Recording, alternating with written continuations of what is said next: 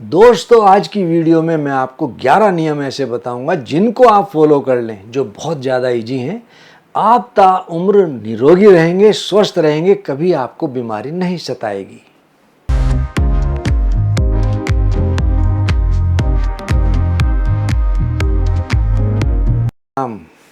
कहा गया है, पहला सुख निरोगी काया, दूसरा सुख पास ओ माया, तीसरा सुख पति वर्तनारी, चौथा सुख बच्चे आज्ञाकारी, पांचवा सुख स्वदेश में बासा, छठवां सुख देश में पासा, सातवां सुख संतोषी जीवन, ऐसा है तो धन्य जीवन। दोस्तों, हम हमेशा ग्राउंड फ्लोर को छोड़ के फर्स्ट फ्लोर की ओर सोचते हैं, जो कि बहुत गलत है। यदि हमारा ग्राउंड फ्लोर की नींव मजबूत नहीं होगी तो फर्स्ट फ्लोर हमारा कभी ठीक बन नहीं सकता। तो पहला सुख निरोगी काया, हमको निरोग रहने के लिए जरूरी नहीं कि हम दवाओं का सेवन करें। बहुत से लोग बिना मतलब दवाइयों का सेवन करते हैं, जिससे उनको लाभ कम, लंबे समय में नुकसान ज़्यादा रहता है। मैं आज आपको सिर्फ 11 नियम बताऊंगा। यदि आप उनको फॉलो करें तो आप निश्चित रूप से ताउम्र जिंदगी भर निरोगी रहेंगे, स्वस्थ रहेंगे और कभी किसी दवा की ज़रूरत नहीं रहेगी। आपको इम्यूनिटी पावर बढ़ाने के लिए भी कुछ बाहर से एक्स्ट्रा नहीं लेना पड़ेगा। तो आज शुरुआत करते हैं पहला सुख निरोगी काया के लिए सिर्फ और सिर्फ 11 महत्वपूर्ण टिप्स की। हमको सबसे पहले ब्रह्म मुहूर्त में उठने की अपने को आदत डालनी चाहिए। ब्रह्म मुहूर्त यानी कि 4:30 से लेकर के 5 बजे तक हमको हर हालत में अपना बिस्तर जरूर छोड़ देना चाहिए। और उसके बाद हमको थोड़ा बहुत, कम से कम 4-5 किलोमीटर जरूर घूमना चाहिए, जिससे हमारी बॉडी के जितने भी ऑर्गन्स हैं वह एक्टिवेट रहें। और ब्रह्म मुहूर्त में उठने से हमारी जो शरीर के ऑर्गन्स हैं वो तो काम करते ही हैं, साथ ही साथ हमको प्राणवायु, जिसको कहते हैं ऑक्सीजन, वो हमको भरपूर मात्रा में मिलती है, जिससे हमारे लंग्स, हमारे शरीर बहुत अच्छा कार्य करता है। तो हमको सबसे पहला नियम बनाना चाहिए ब्रह्म मुहूर्त में उठने का। दूसरा, उठने के बाद हमको 2 से 3 गिलास पानी, गर्मियों में जैसा रखा हो रूम टेम्परेचर का, और सर्दियों में गुनगुना पानी जरूर सेवन करना चाहिए। जब हम 2 से 3 गिलास पानी का सेवन करेंगे, एक तो हमारा मूत्र तंत्र बहुत अच्छा एक्टिवेट होगा, हमारा पेशाब खुल के आएगा। दूसरा, हमारे पेट पर असर, उसका भार पड़ने के कारण कोष्ठ शुद्धि बहुत अच्छी हमको दूर होगी, हमारा पेट बहुत अच्छा साफ होगा। आपने देखा होगा बहुत से लोग पानी कम मात्रा में सेवन करते हैं तो उनको पथरी अक्सर सताती है। आपने देखा होगा बहते हुए पानी में कभी काई नहीं जमती, रुके हुए पानी में काई बहुत जमती है। तो जितना हमारी फ्लशिंग होगी, हमारा मूत्र तंत्र तो स्ट्रांग होगा, हमारी प्रोस्टेट ग्रंथि कभी नहीं बढ़ेगी, और साथ ही साथ हमको पथरी की शिकायत नहीं होगी, यूटीआई इत्यादि की समस्या नहीं होगी। और जिस व्यक्ति का कोष्ठ शुद्धि हो, पेट साफ हो, उसकी बॉडी के सारे ऑर्गन्स बहुत अच्छे एक्टिवेट रहते हैं। और हमको जितना पेट साफ रहेगा उतना लीवर हमारा एक्टिवेट रहेगा, हमको कभी किसी डिटॉक्स की ज़रूरत नहीं पड़ेगी। और उसके बाद यदि घूम के आने के बाद हम थोड़ा बहुत कुछ अटरम सटरम खा भी लेंगे तो हमको कोई दिक्कत नहीं होगी। हमको कोशिश करनी चाहिए, हमको सुपाच्य भोजन का ही प्रयोग करना चाहिए और बिल्कुल भी अटरम सटरम सेवन का बिल्कुल प्रयोग नहीं करना चाहिए। तीसरा, हमको नियमित रूप से अपनी आँखों को धोना चाहिए। अगर ताज़ा पानी हो बहुत अच्छा, लेकिन एक उम्र के बाद यदि हम त्रिफले के पानी से अपनी आँखों को धोएं तो कभी हमारी आँखों पर चश्मा नहीं चढ़ेगा।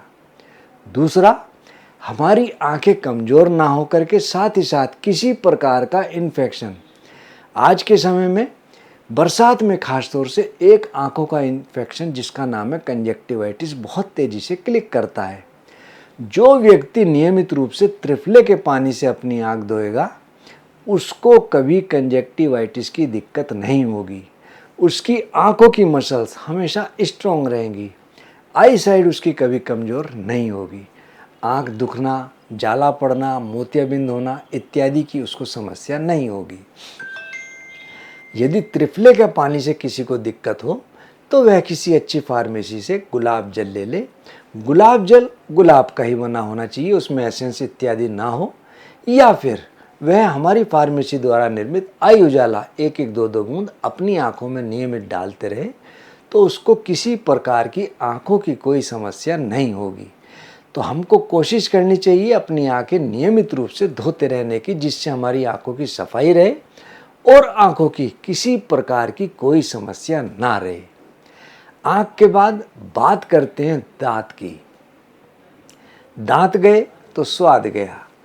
दांत यदि हमारे खराब होंगे तो हमको खाना पीना अच्छा नहीं लगेगा, हमारे शरीर में नहीं उसको एब्जॉर्बेंस पावर नहीं होगी। एक कहावत है कि हमको भोजन को पीना चाहिए और पानी को खाना चाहिए, यानी कि हम भोजन को इतना चबाएं कि वह लेस बन जाए। हमारी लार उसके साथ जब पेट में जाती है तो न्यूट्रलाइज हो जाती है। अक्सर मैं कहता हूँ कि हमारी जो लार है वह होती है एल्कलाइन और पेट में होता है पित्त एसिड। जब दोनों मिलेंगे तो न्यूट्रलाइज होना ही होना है, हमारे शरीर को वह ज़्यादा अच्छा लगता है। और दांतों के लिए एक बात और कहूँगा, त्रिफला त्रिकुटा तूतिया पांचों नमक पतंग, दांत वज्र सम होत हैं माजू फल के संग। यह हमारी फार्मेसी द्वारा निर्मित दंत सुधा मंजन का भी नुस्खा है। त्रिफला यानी कि हरड़, भेड़ा, आंवला, त्रिकुटा सौंठ, काली मिर्च, पीपली, त्रिफला त्रिकुटा तूतिया, तूतिया यानी कि नीले तोते की भस्म, पांचों नमक, 5 प्रकार के नमक हैं, सेंधा नमक, समुद्री नमक, बिड़ नमक, लाहौरी नमक और सामर नमक, इनको मिलाकर के बना हमारा पांचों नमक। पतंग की लकड़ी, दांत वज्र सम होते हैं माजू फल के संग। इनमें यदि माजू फल का चूर्ण, इन सब को मिला करके हम चूर्ण तैयार कर लें, उस चूर्ण को सुबह शाम दिन में 2 बार नियमित रूप से उंगली से या ब्रश से हम करें तो हमारे मसूड़ों की भी मालिश होगी। हमारे जो दांत है कभी खराब नहीं होंगे, ना कीड़ा लगेगा, ना ठंडा गर्म उसमें लगेगा। तो हमको नियमित रूप से अपनी दांतों की सफाई रखते हुए दंत सुधा मंजन का प्रयोग करना चाहिए। आज मैं आपको एक चमत्कारिक प्रयोग और बता रहा हूँ, ऑयल पुलिंग का। जो व्यक्ति नियमित रूप से ऑयल पुलिंग, ऑयल यानी कि तिल का तेल मुंह में डाल करके और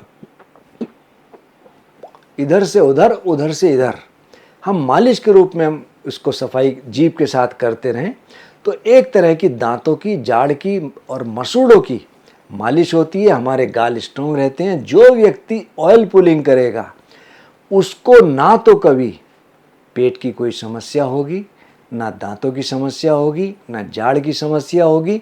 बुढ़ापे तक उसके दांत बिल्कुल स्वस्थ रहेंगे।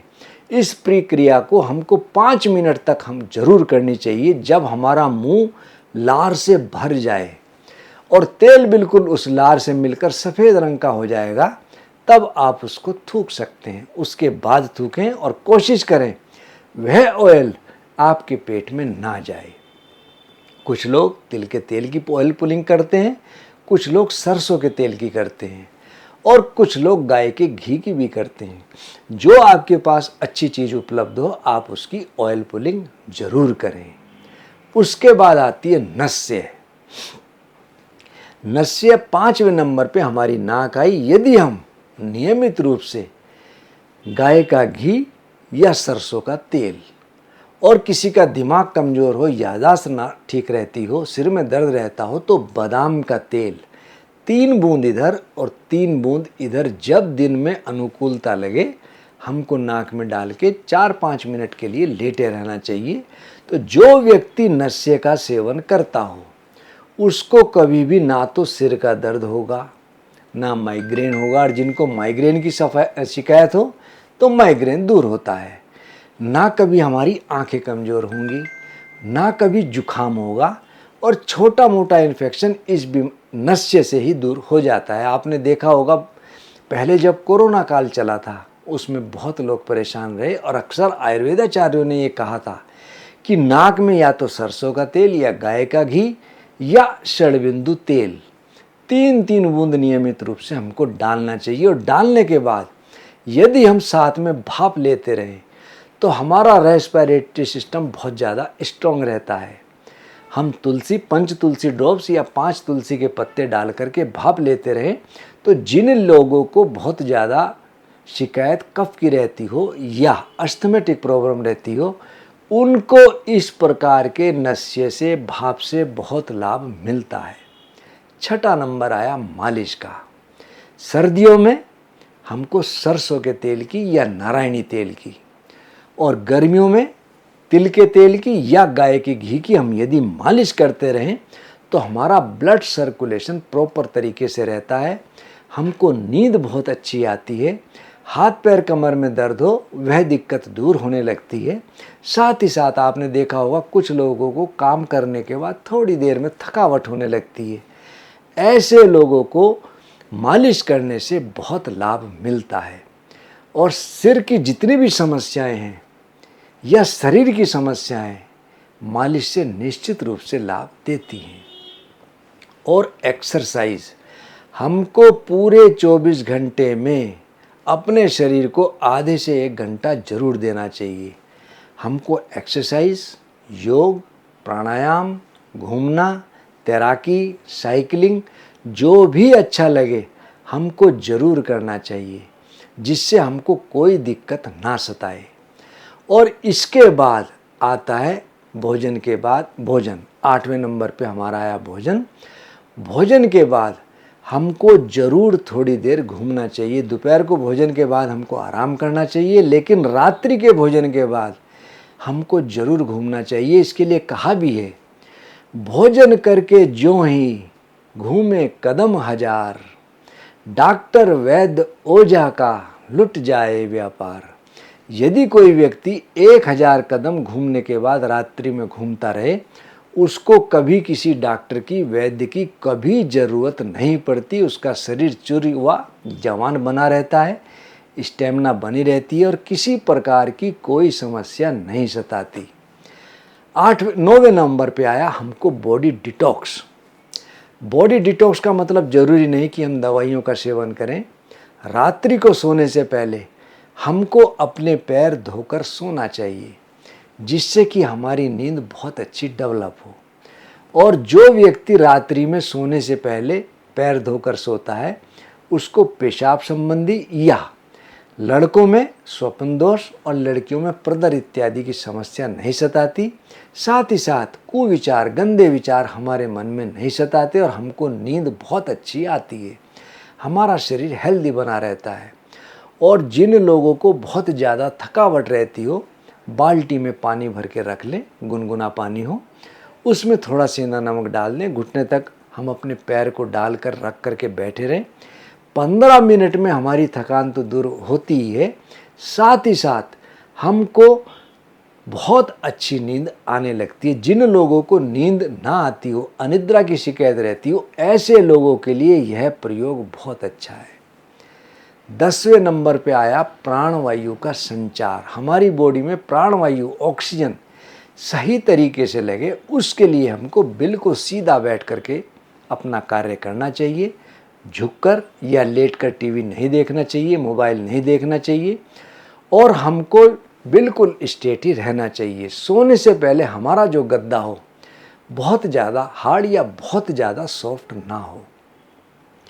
यदि किसी व्यक्ति को खाट पे सोना पड़े, खाट ढीली हो तो कमर के दर्द की शिकायत रहती है, या फोम के गद्दे पे सोता हो या बहुत सॉफ्ट गद्दे पे सोता हो, ऐसे लोगों को सर्वाइकल या सियाटिका की बहुत तेज़ी से शिकायत रहती है।